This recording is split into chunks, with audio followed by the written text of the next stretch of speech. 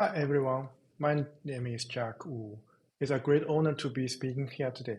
My talk is Fluss Reinventing Kafka for the Real-Time Lakehouse. A quick introduction of myself. I'm a committer of and a PMC member of Apache Flink and one of the original creators of Flink SQL, Flink CDC, and the Fluss project.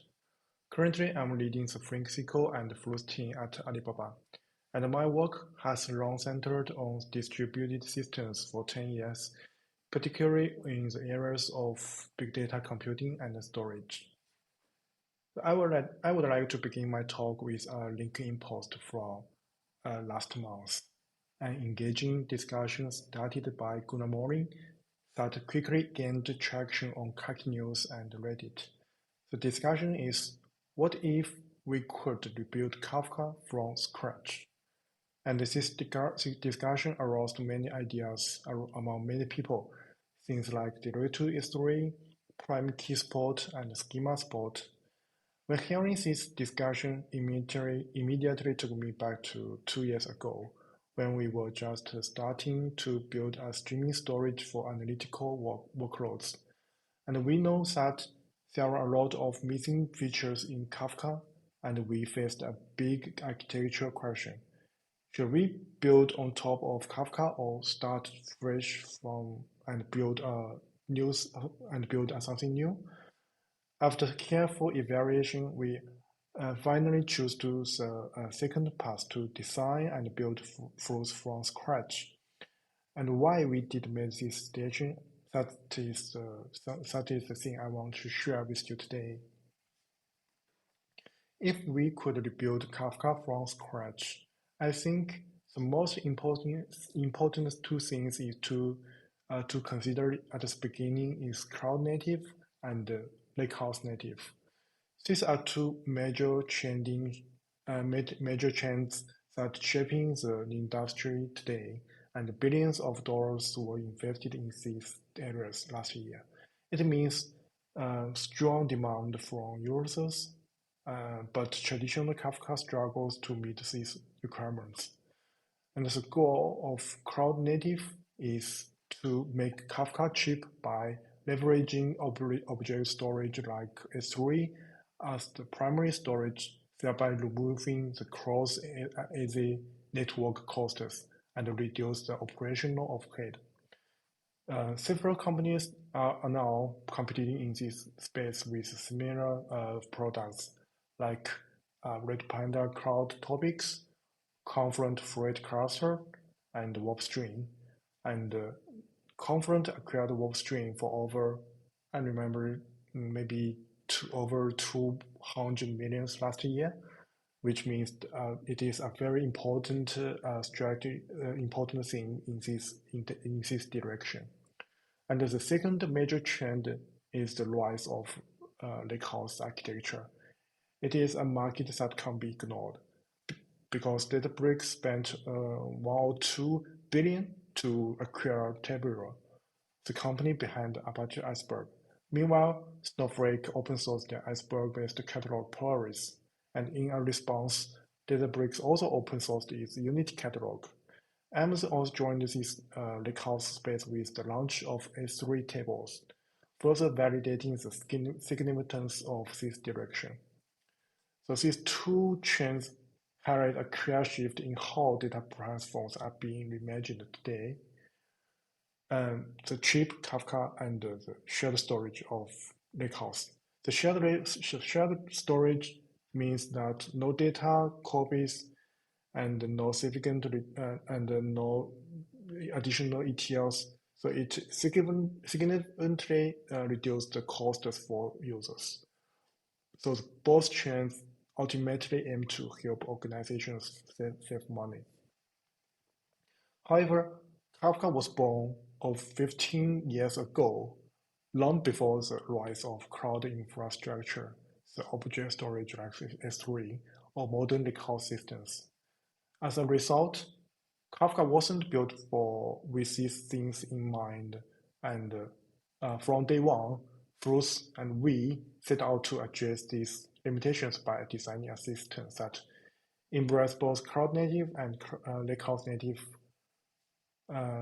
So while cloud native is now widely discussed and expected, so I will focus today on the Lakehouse native aspect about what it means, why it matters, and how Fluss redefines streaming storage to fully embrace the Lakehouse. So can we modify Kafka to better integrate with Lakehouse architecture? The short answer is very difficult because the required changes are so fundamental that is essentially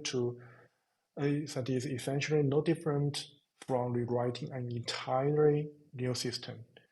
Kafka was originally designed for event streaming, not for analytical workloads.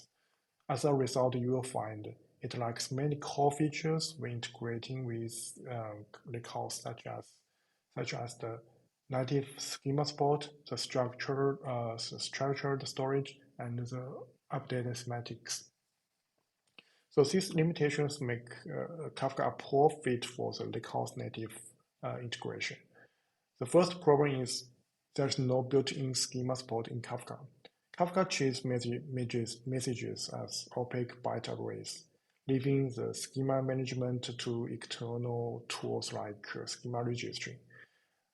The Kafka is lack of native schema support which creates the friction when moving topics to Lakehouse because of the because of some wrong schema mapping or dirty data that breaks the schema. So it makes the integration very hard. And the second problem is the data model mismatch. Kafka is topic-based. It is a log model that differs fundamentally from the table-centric structure of Lakehouse. Kafka lacks concepts like time-based partition or primary key constraint that are core to the Lakehouse systems. So this makes it very difficult to unify the metadata between Kafka and the Lakehouse storage without additional transformation layers. The third problem is not updated support. Kafka's append-only log model doesn't support record-level updates and deletes, but it is a critical feature for Lakehouse systems. The teams have to build and maintain additional ETL pipelines to materialize the Kafka logs into an updated Lakehouse table, which increase complexity and operational overhead. So these limitations makes Kafka is not a Lakehouse native system, and the integration of Kafka and Lakehouse is extremely fragile, manual, and error-prone. It often requires topic configuration and increased the risk of misconfigurations, and ultimately slow down the development. So why TableFlow? So over the past 2 years, streaming vendors have actively embraced the Lakehouse, and Confluent introduced the TableFlow, and Redpanda announced the Iceberg tables, and AutoMQ launched the table topics, all aiming to move the Kafka topics into Iceberg tables. However, this is not an answer to the Lakehouse native architecture. At their core, they still follow the Lambda architecture that treating stream and table as separate things. TableFlow is essentially a data synchronization tool that moves Kafka logs into an Iceberg table. So it keeps two copies of data, and the users must pay both of the Kafka and Iceberg storages. And this goes against the core principle of Lakehouse architecture, the shared data. The shared data means there is only one copy of data and no additional ETLs, no vendor lock-in. Besides, due to the Kafka limitation mentioned before, so no schema support, so no prime key, so it makes tools like TableFlow can fit well only for bronze layers, not for the silver and gold layers, which requires structured updates. and this limits the use case of streaming and prevents them from playing an important role in Lakehouse architecture. So an ideal Lakehouse native, so an ideal Lakehouse native streaming storage should share the historic data with Lakehouse and can serve all the data modeling from bronze to the gold tables. In addition, I believe that the ideal Lakehouse native streaming storage is not just about how data flows into Lakehouse. It is also about the Lakehouse can leverage real-time streaming data. The key point is that we are not building a data synchronization tool, but building a system that data can be accessed and used for both the streaming side and the Lakehouse side. We can see that the traditional batch-oriented lakehouses struggle to meet the real-time demands. The key limitation is data latency, not the query latency. Batch processing often happens hours or days after data is generated, which is unacceptable for real-time Gen AI applications because data freshness directly impacts the quality of the decisions. That's why I believe we need to build a truly Lakehouse native streaming storage, one that addresses all the challenges and enables seamless integration between data streaming and data lakehouse. So we built Fluss from scratch since 2 years ago, and this is the overview architecture of Fluss, a new Lakehouse native streaming storage. The Fluss maintains a server cluster that provides real-time streaming, read, and write capabilities, while using Lakehouse as its historical data layer to reduce the data storage costs and support rich querying capabilities and brings low data latency to Lakehouse. Fluss supports real-time streaming reads and writes, just like Kafka, but also supports updates, deletes, and query lookups. The integration of Fluss and Lakehouse provides a unified string and batch architecture to replace the traditional Lambda architecture. And today I want to share how does Fluss build a streaming storage that truly native to Lakehouse architecture. First of all, I think it is from topics to tables. Fluss treats all the table as first-class citizens instead of tables. Fluss treats tables as first-class citizens instead of topics. It aligns its data model with Lakehouse systems such as Iceberg, Hoodie, and Pymon. The data model including the table structure, the database structure, and the schemas, the constraints, the partitions, all of the things in Lakehouse systems. And the second thing is the first-class schema support. Since tables come with schemas, the Fluss provide native schema support and schema enforcement, and this ensures compatibility with Lakehouse and avoid the need of external schema registries. And all the data types are designed to align those used in Lakehouse systems, so making the integration seamless. The third thing is the prime key and update. Tables also have prime key definition, and Fluss leverages LSM tree to support prime key and record level updates, which are essential for building the silver and the gold tables. The last thing is the columnar string. Because Fluss is a streaming storage built for analytical workloads, so we changed the traditional row-based arrow format to a column-based arrow format. So this makes Fluss becoming into a columnar string. And with the native schema support, it is very straightforward to implement the server-side column pruning during the streaming read, which can improve the performance when only a subset of columns is accessed. Benchmark results shows up to 10 times throughput improvement when reading only 10% of the total calls. So once all the core concepts are aligned with Lakehouse, it becomes straightforward to build the lake tiering service. The lake tiering service is a component of the cluster of the Fluss cluster responsible for the continuously converting Fluss data into the lake format data, like iceberg.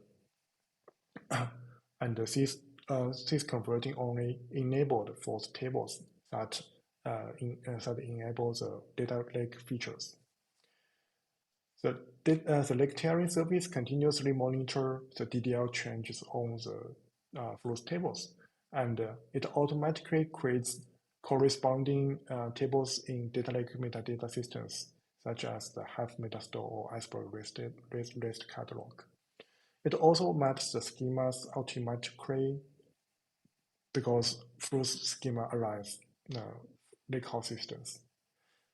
It also continues convert the new data from Fluss tables to the lake tables.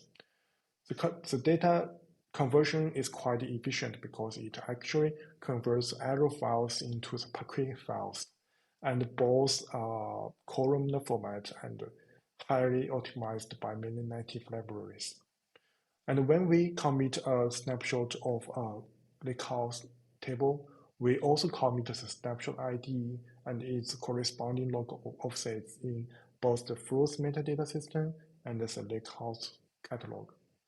This ensures that both Fluss and Lakehouse are aware of the consistency point to be able to union the two data layers. Besides, the lake tiering service is decoupled from the Fluss servers. So it not sit in the Fluss servers, but dedicated computing resources. So it doesn't impact online traffic and can be elastically scaled dynamically. So and we use Apache Flink as one of the implementation of the lake tiering service, and it can be extended to other resource providers in the future, such as function service, the AWS Lambda. When tiering Fluss data into Lakehouse, we record the corresponding log offset in the Fluss metadata system. This allows Fluss to track which portion of the string has already been offloaded to Lakehouse storage, and making it safe to remove from Fluss without losing data. This capability is especially valuable for backfill operations. Backfill is a common requirement in streaming processing where historical data may span several days need to be reprocessed. And this is very challenging when you are using Kafka because when reading large volume of historical data in Kafka can overwhelm the Kafka brokers and consume the Kafka cache resources and finally disrupt the live traffic. But in construct, Fluss make backfilling simple and efficient. Since the historical data is stored in Lakehouse format like iceberg or Pymon on S3, the backfill becomes just reading iceberg tables first and then switch to reading streaming data from Fluss. This enables the full use of projection and filter pushdown on paquet and the high compression ratio of paquet and high throughput of S3 to significantly reduce the network I/O and speed up the backfill process. So this architecture makes Fluss to share historic data with Lakehouse and only need to store a short-term data, for example, just a few hours compared to days data when using Kafka. So this can cut off a lot of costs for users while also improvement the performance for backfilling cases.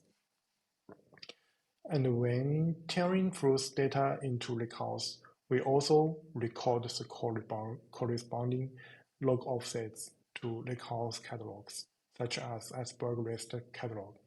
This allows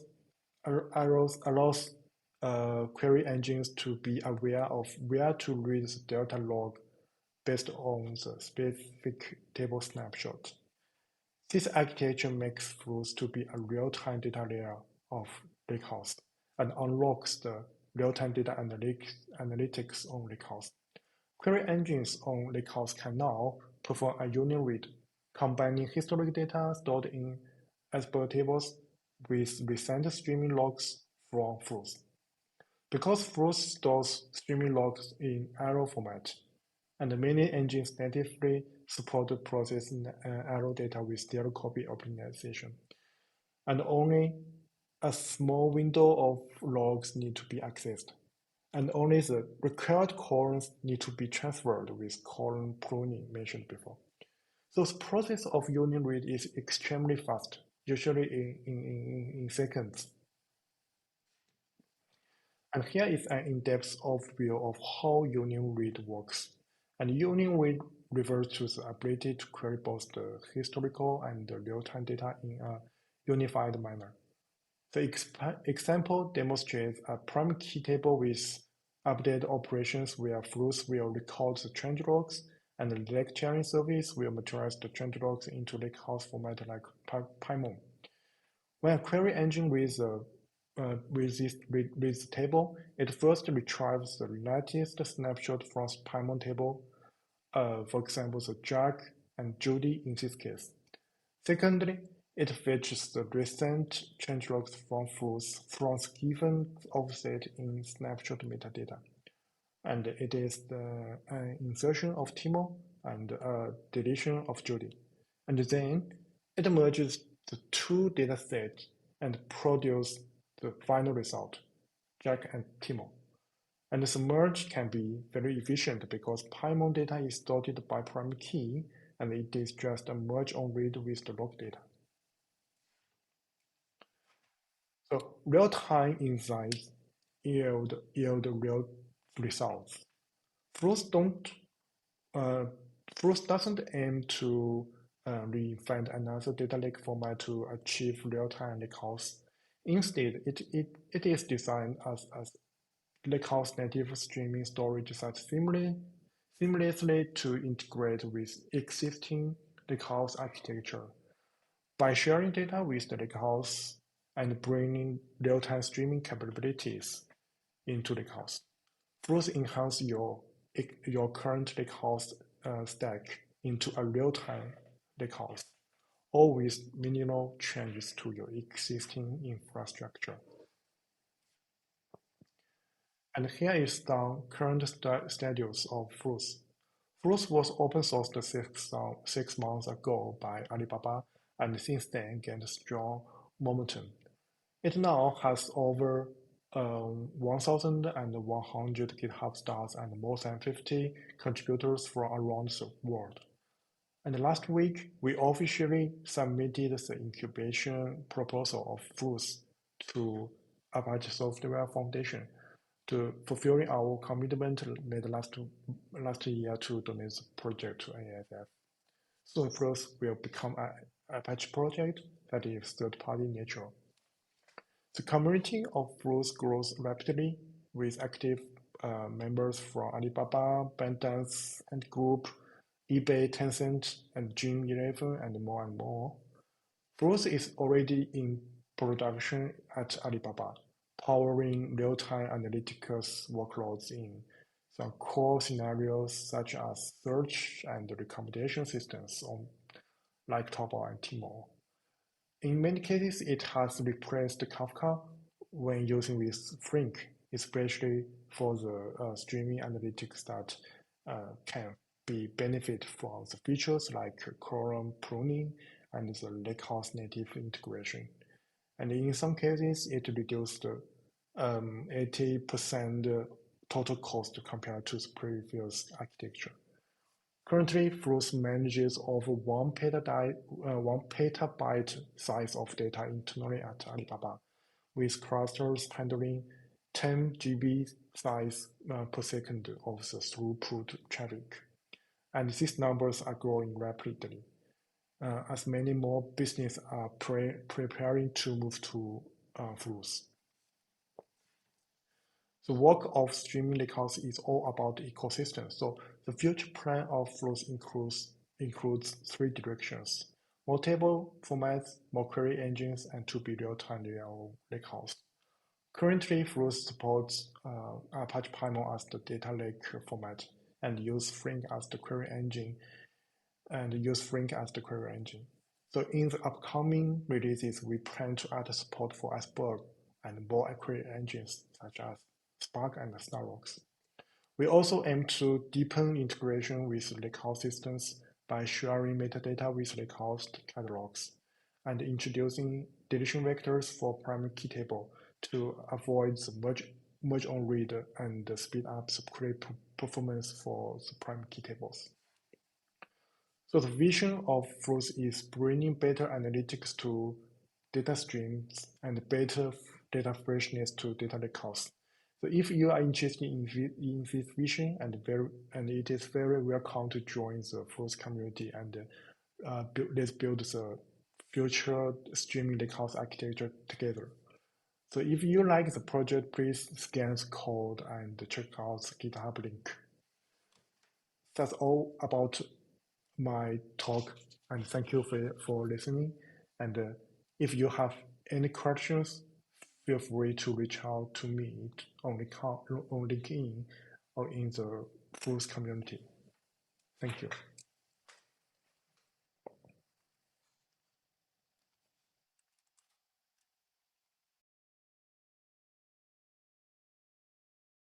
I think we are live. Jack, I know it's late for you. Thank you for kind of spending time with us now. I know there's a couple questions in the Q&A panel. You probably already start answering them. But first, I know you just like post LinkedIn updates about the new Fluss logo. Do you want to maybe share that a little bit first? Yeah, can you see me? Yes. Yeah, it's a little late. On my side, it's 3 a.m. and I just got up from bed and a little mess. Yeah, thank you for You're the good. invitation and yeah, I just shared a LinkedIn post on LinkedIn that we just officially announced our Fluss logo, which is surfing otter, because today is the World Otter Day. World Otter Day, the last Wednesday of May. So it is great. It is. I think it is just maybe a coincidence that to be this day. And yeah, yes, CJ just shared the LinkedIn post. Yeah, I I think think it's awesome. Thank you. I think I can ask one some questions in the panel. Maybe. Go ahead. I think for some of the people who are not attending the session and not able to read the questions, it might be good for whether I can read out the answer and then you sorry, the question and you answer it. How does that sound? Okay, go with the one that you already answered. So the question is, column is great for catch up read workloads, but how much benefit you can get from columnar for telling read workload there? Yeah, because many real-time streaming workloads also only require a subset of columns. For example, in Alibaba, we have more than 20,000 Flink SQL jobs that is online streaming read all the Kafka-like based systems, but only half of the columns only required, but you have to pay 100% network cost. So when they migrate from the original Kafka-based system to Fluss, they can see the network I/O cost is reduced, and also the Flink performance is also improvement because only the required currents is transferred from network, and only the required currents need to be deserialized. Yeah. Cool. I think next one. I think that someone posted. Stream Native also claimed Ursa to be Lakehouse native. How do you compare it with Fluss and other Kafka products? Go ahead. Yeah, this is a very great question. And I think Author and Fluss shares a similar goal of how to combine the streaming and Lakehouse. Especially I think there's also some similar designs. I think this make us more confident that it is a right direction for users, because we see there's a large demand for this use case. And especially I thought that we would also want to use Lakehouse as a historical data for streaming, and to only store one copy of data rather than for example, TableFlow still requires to store multiple copies of data. I think this is the the same thing for Fluss and Author. On the other hand, Author is more powerful or mature in the streaming case, especially it is a very mature Kafka compatible replacement, and also it is cloud native design architecture, which is supposed to direct write to S3. But currently, Fluss is more focused on the analytical workloads and for the Lakehouse integration. So that is still on the roadmap for Fluss. So currently it is still doesn't support Kafka compatible interface and direct to S3, but it is on roadmap. On the other hand, Fluss is more powerful. I think it is more powerful for analytical workloads. For example, it has the columnar storage for the streaming logs, and also supports updates, and supports the union read I mentioned in the slide, that you can use your existing. We want to leverage your existing query engines to union read your lakehouse data and the streaming data to deliver a true real-time lakehouse. So from the architecture side, I think they have both advantages. Yeah. Cool. Thanks, Jack. I think you probably can answer the next question, and I could probably make a comment, share some of my thoughts there. So the next one is does Fluss use local disk for storage, or you need to move the data from local disk to Lakehouse tables using the lake tiering services there? So I think that's the question. Jack, do you want to maybe share some insights there? Yeah, as I just did, Fluss is still not direct to S3 architecture, and yeah, it is still uses local disks for hot data, but it is tiered storage architecture. So it has three tiers: the local disk, and then remote storage, and then the lakehouse storage. So Lakehouse is used as a more deepened storage for the history data, which with Pakui format with more compression ratio. And yes, it will. It is a lake tiering service will continuously move the latest data from maybe from local disk, but also can be from remote storage to the lakehouse storage. Yeah. Cool.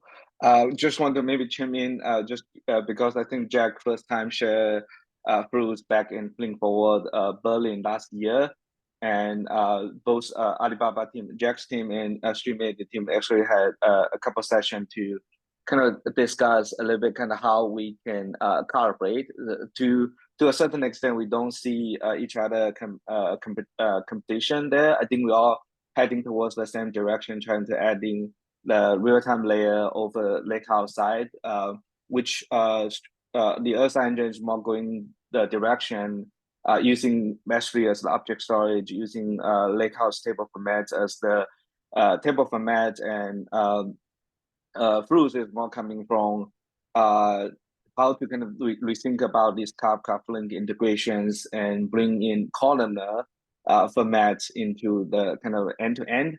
So I think there's a huge opportunity for these two teams can cooperate with each other.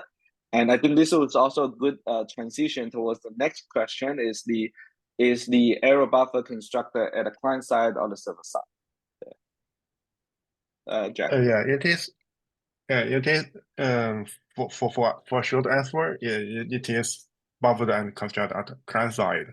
But more specifically, because Fluss have two concept of tables. One is the log table, and another is primary key table. The log table is just similar to Kafka topic use case that just stores append log, and the primary key table stores the can support updates. And for the log table, yes, it is constructed and buffered at client side.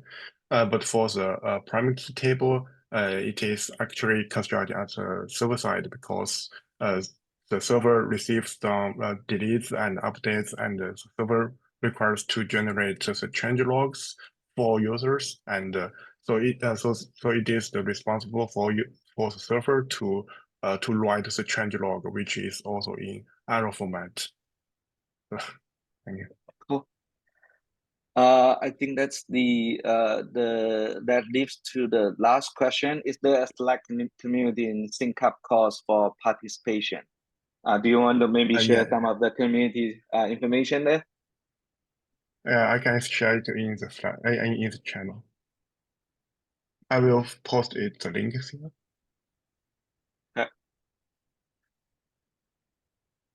Maybe just follow Jack on LinkedIn, and he would share like a lot of information in regards to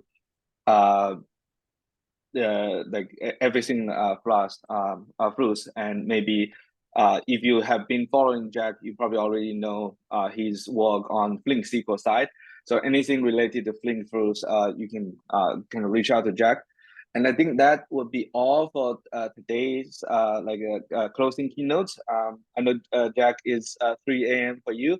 It's pretty late, and I hope you can get back to sleep and for a couple hours before your daytime started there. And we will be back tomorrow with two keynotes, one from Netflix and the other one from AWS S3 table, and still 3 tracks, more talks going down into Iceberg, also in general, streaming Lakehouse. We have a dedicated track about all things related to streaming in Iceberg, also including other Lakehouse format like Hoodie.